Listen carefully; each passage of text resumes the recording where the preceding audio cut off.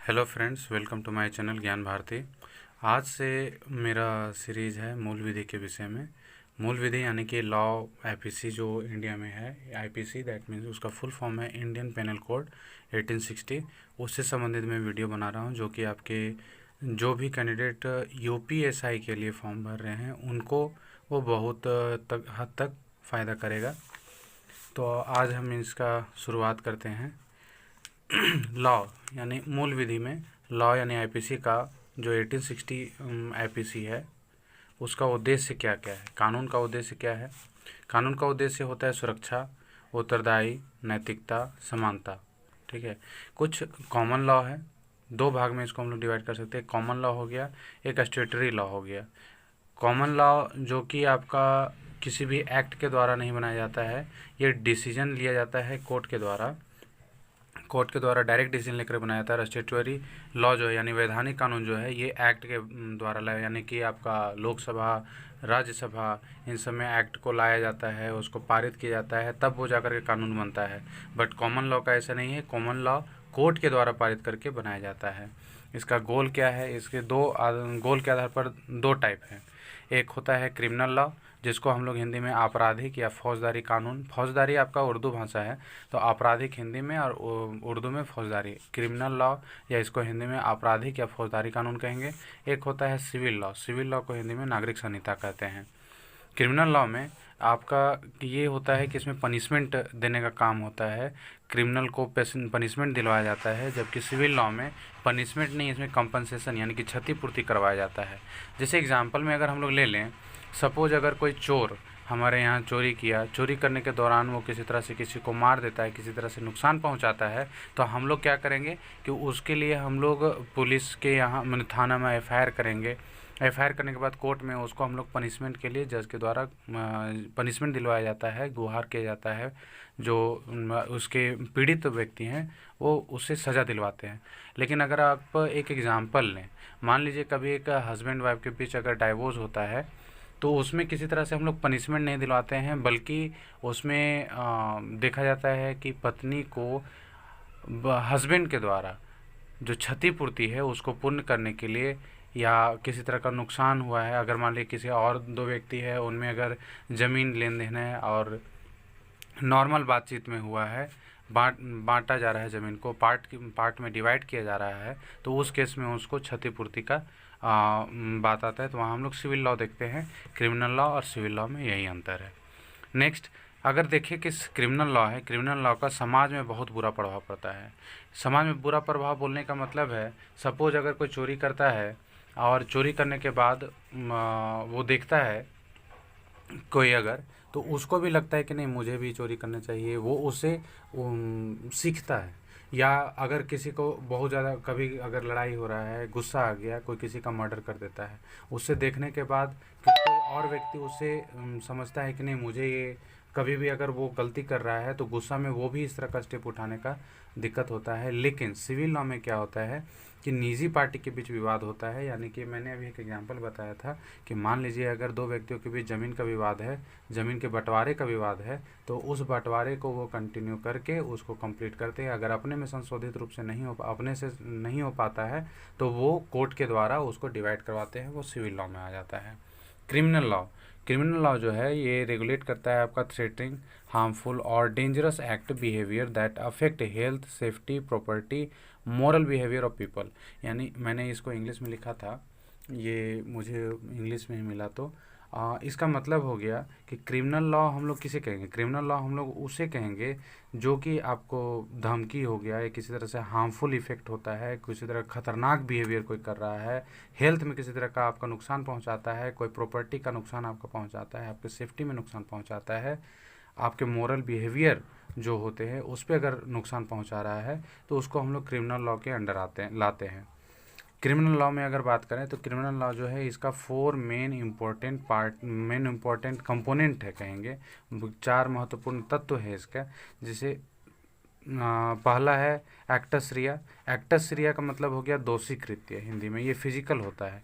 Acts रिया, acts रिया means बोलेंगे कि जो वो एक्ट कर रहा है, जो वो काम कर रहा है, वो क्या गलत है सही है, उस पर देखा जाएगा। दूसरा होता है मेंस रिया। मेंस रिया मीन्स माइंड मेकिंग उसका क्या है, क्रिमिनल एक्टिविटी वो करना चाहता है, उसका मेंटली वो क्या सोच रहा है, गलत करने का इरादा है कि क्या है वो। तीसरा आपका कंपोनेंट होता है ह्यूमन। तीसरा कंपोनेंट हो गया ह्यूमन। और चौथा इंजरी, यानी चोट या घाव या किसी तरह का हार्म उसको होना चाहिए। तो ये आपका आ जाता है क्रिमिनल लॉ के 4 कंपोनेंट। ये 4 मेन कंपोनेंट देखे जाते हैं जब भी किसी तरह का नुकसान अगर किसी को पहुंचाया जा रहा है। तो पहला मैंने बताया एक्टस रिया, जो कि दोषी कृत्य है, ये फिजिकल होता है। आप किसी को मार रहे हैं तो वो आपका एक्टस रिया के अंदर आ गया। नेक्स्ट आपका है मेंस रिया। मेंस रिया में आपराधिक अभिप्राय, यानी कि मेंटली आप क्या सोच रहे हैं, वो आता है। थर्ड थिंग आपका इंपॉर्टेंट है ह्यूमन होना चाहिए। और फोर्थ थिंग इंजरी, या किसी तरह का हार्म होना चाहिए, यानी कि चोट, जख्म, घाव, इंटरनली किसी तरह का भी कोई भी अगर ये आ रहा है तो वो आईपीसी के अंडर आ जाएगा, यानी क्रिमिनल लॉ के अंडर आएगा।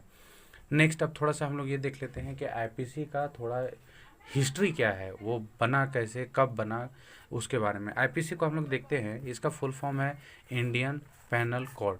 इंडियन पेनल कोड, ये 1860 कहते हैं। तो आईपीसी 1860 को क्यों कहा जाता है, इसका हिस्ट्री अगर देखें तो पहले के इतिहास में जैसे इराकी राजा उरनुमू थे, जो कि 1900 टू 2050 बीसी में थे। उनके टाइम भी इसी तरह का को अपना लॉ लाया गया था, अपना कानून लाया गया ताकि अपना शासन चलाया जा सके। उसके बाद से बहुत सारे राजा आए तो वो भी अपना कानून बनाए।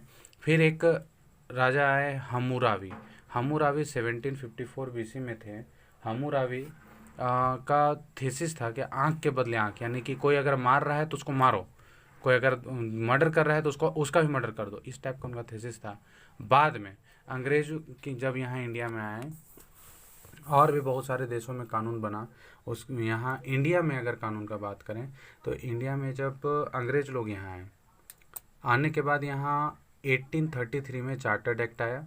चार्टर्ड एक्ट जो कि भारत के गवर्नर जनरल उस समय विलियम बेंटिक थे, उनके समय में 4 सदस्य का समिति बना था जिसके अध्यक्ष थे लॉर्ड मैकाले। उनका अध्यक्षता में 1834 में एक समिति बनाया गया कानून के लिए, लॉ के लिए, जो कि आपका नाम दिया गया था उसका लॉ कमीशन 1834। तो ये जो कमीशन है, 4 सदस्यीय समिति जो है लॉर्ड मैकाले का अध्यक्षता में जो बना था, इसका रिपोर्ट आया था आपका 2 मई 1837 में इसका रिपोर्ट सौंपा गया। इसका चर्चा हुआ, बहस हुआ। लॉर्ड कैनिंग के टाइम में 6 अक्टूबर 1860 में इसको मंजूरी दिया गया। इस जो रिपोर्ट सौंपा गया था, इस रिपोर्ट के अनुसार जो संशोधन करना था वो संशोधित करते हुए 6 अक्टूबर 1860 को लॉर्ड कैनिंग के टाइम में इसको मंजूरी दिया गया और 1 जनवरी 1862 से ये लागू हुआ। तो ये जो 1860 जो कि आपका मंजूरी का तिथि है, इसी को हम लोग कहते हैं आईपीसी 1860। इसी को हम लोग आईपीसी 1860 कहते हैं। तो 1862 में लागू हुआ था, लेकिन मंजूरी 1860 में ही मिल गया, जिस वजह से हम लोग आईपीसी 1860 कहते हैं। जैसे हम लोग देखते हैं, हम आपको ये भी बहुत अच्छे से पता होगा कि जब इंडिया आज़ाद हुआ, इंडिया फॉर्म हुआ, उसके बाद भारत के 2 पार्ट हुए।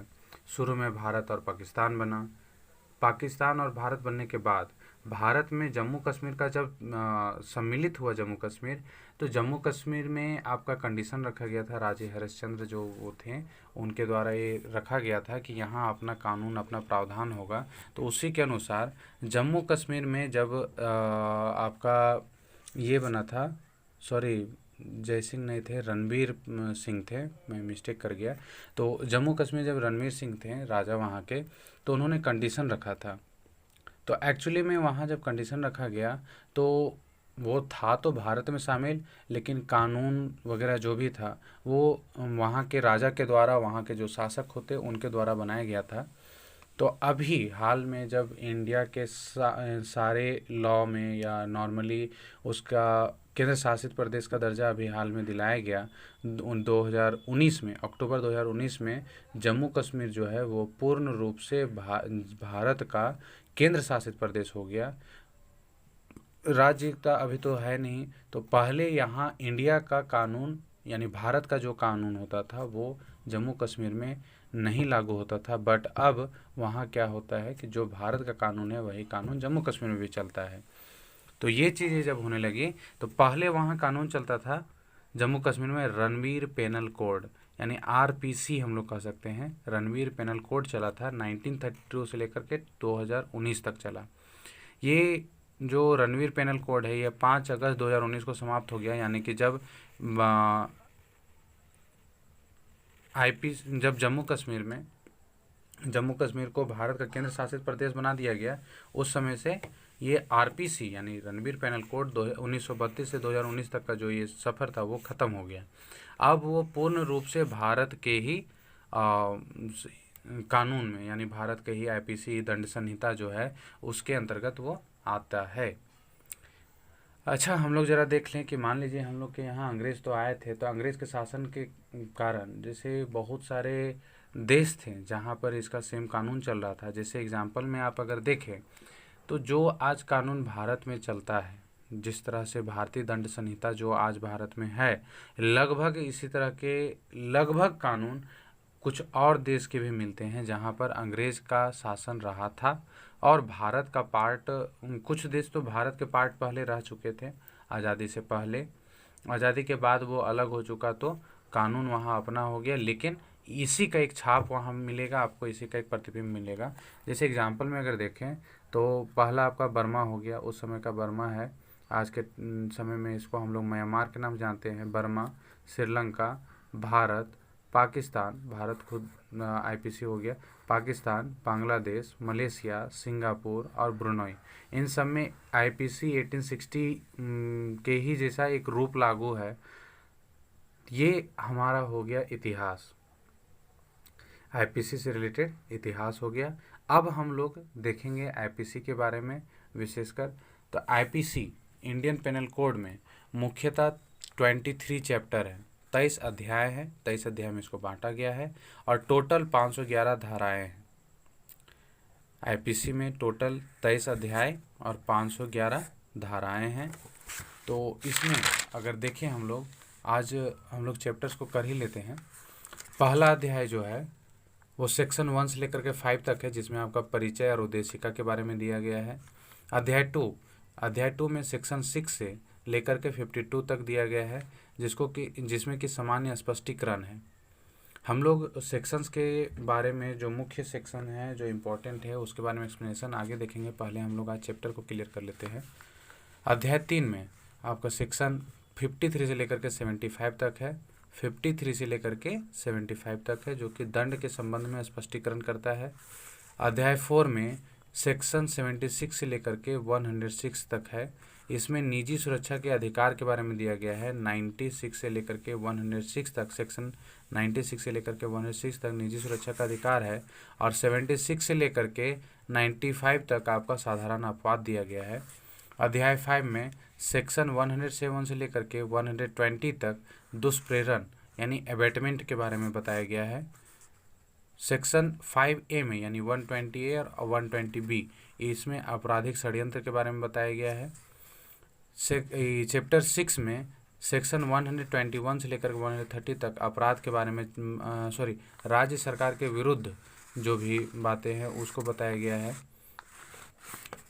अध्याय 7 में सेक्शन 131 से लेकर के 140 तक सेना, वायुसेना, नौसेना से संबंधित अपराध को बताया गया है कि हम लोग को ये चीज़ ध्यान रखना होगा कि सेना, नौसेना या वायुसेना जो भी है, इनके एक अलग कानून होते हैं। वो हमारे आईपीसी के अंतर्गत जो दिया गया है, यानी जनरल कानून जो हम लोग के लिए, आम पब्लिक के लिए लागू होता है, वो कानून आपके आर्मी के लोगों के लिए, वायुसेना के लोगों के लिए नहीं है। उसको कभी कभी हम लोग सुनते हैं कोर्ट मार्शल वगैरह, तो वो आम आदमी का नहीं होता है, वो सेना, वायुसेना वगैरह के लोगों के लिए, यानी जो सेना से संबंधित हैं उनके लिए होता है। नेक्स्ट खैर अध्याय 8 में आते हैं। अध्याय 8 आपका सेक्शन 141 से लेकर के 160 तक है।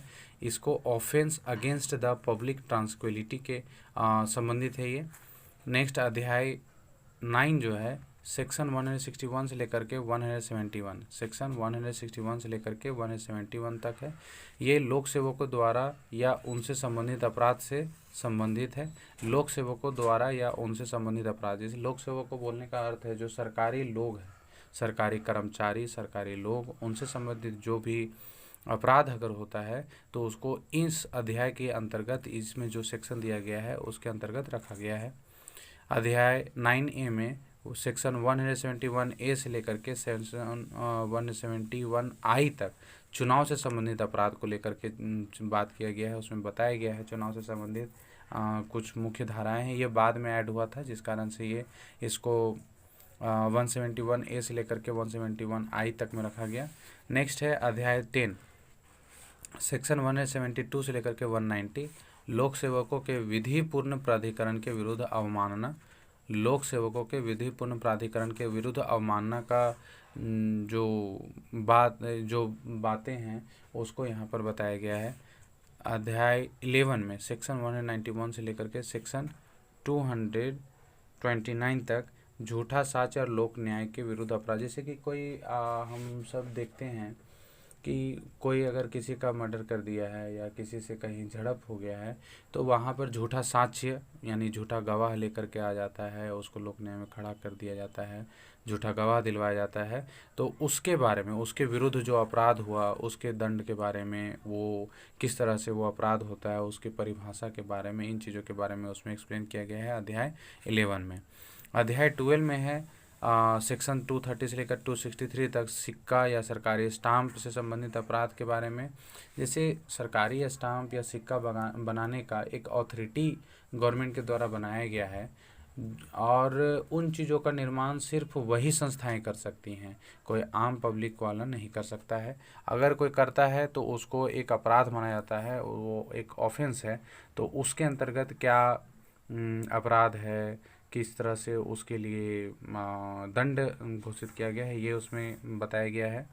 नेक्स्ट है अध्याय 13, अध्याय 13 चैप्टर 13 सेक्शन 264 से लेकर के 267 तक। इसमें माप व तौल से संबंधित अपराध के बारे में है। जैसे देखते होंगे कि बहुत सारे मिल दुकान या सरकारी मिल दुकान जो गरीब को अनाज बांटते हैं, या लोग जो दुकान खोलते हैं वहाँ पर किसी तरह से माप तौल में अगर चीटिंग किया जा रहा हो या किसी तरह से छुपाया जा रहा हो तो उससे संबंधित अपराध को अध्याय 13 में बताया गया है 264 से लेकर के 267 तक में। अध्याय 14 में अगर देखें, अध्याय 14 है आपका सेक्शन 268 से लेकर के 294 तक। ये लोक स्वास्थ्य, सुरक्षा, सुविधा, नैतिकता आदि से संबंधित अपराध के विषय में है। नेक्स्ट है अध्याय 15 सेक्शन 295 से लेकर के 295 तक धर्म से संबंधित अपराध को लेकर के है। धार्मिक मानना या धार्मिक चीज़ों के बारे में किसी को आहुति, सॉरी मिस्टेक कर रहा हूँ मैं वर्ड बोलने में, जो मानना है लोगों का, जो अपने अपने धर्म मानते हैं, अगर उसमें किसी तरह का भड़काऊ भाषण देना, किसी तरह से किसी को आहत पहुंचाना, उनके जो जिस भी धर्म को मानते हैं उनको आहत पहुंचाना, इससे रिलेटेड सब अपराध इसमें शामिल हैं।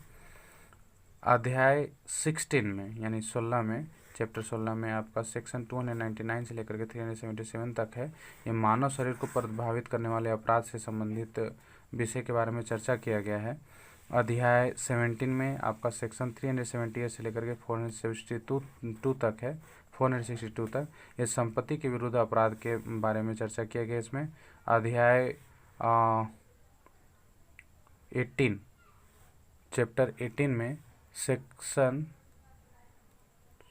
पूरा नहीं दिख रहा था, चैप्टर 18 में सेक्शन 463 से लेकर के 489E तक आपका दस्तावेज तथा संपत्ति चिन्हों के संबंधित अपराध है। अध्याय 17 में सेक्शन 378 से लेकर 462 तक संपत्ति के विरुद्ध अपराध है।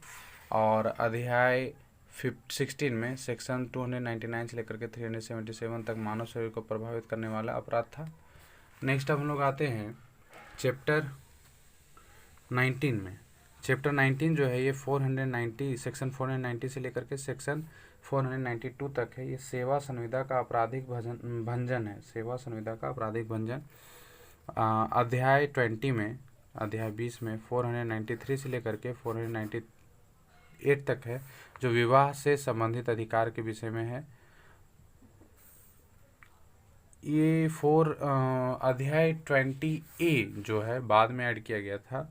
ये एक्चुअली में पति व पति के संबंधियों द्वारा जो निर्दयता किया जाता है, यानी डाउरी के विषय में, जैसे दहेज के लिए किसी लड़की को अगर मारा जा रहा है, किसी तरह से प्रताड़ित किया जा रहा है पति या उसके किसी भी संबंधी द्वारा, तो उससे संबंधित अपराध के बारे में यहाँ बताया गया, उसके संबंधित दंडों के बारे में यहाँ बताया गया है। नेक्स्ट है अध्याय 21 यानी 21, चैप्टर 21 में सेक्शन 499 से लेकर के 502 तक है। इसमें मानहानि या कि डिफेमेशन के बारे में चर्चा किया गया है। मानहानि का जो मुकदमा दायर किया जाता है तो इसी आईपीसी सेक्शन के अंतर्गत किया जाता है। अध्याय 22 में सेक्शन 503 से लेकर के 510 तक है। 503 से लेकर के 510 तक है, जो कि आपराधिक अभिप्रास, अपमानना, तुष्टीकरण यानी इंसल्ट ऑफ एनॉयंस एनीवंस को हम लोग कह सकते हैं, एनॉयंस, तो इसके बारे में दिया गया है। और अध्याय जो आपका 23 जो हो गया, अध्याय 23 जिसमें सेक्शन आपका 511 आता है, ये आपका अपराध करने का प्रयत्न के विषय में चर्चा करता है। तो आज का विषय हम लोग यहीं तक रखते हैं, आज का टॉपिक। नेक्स्ट डे हम लोग सेक्शन के बारे में करेंगे। तो थैंक यू वेरी मच।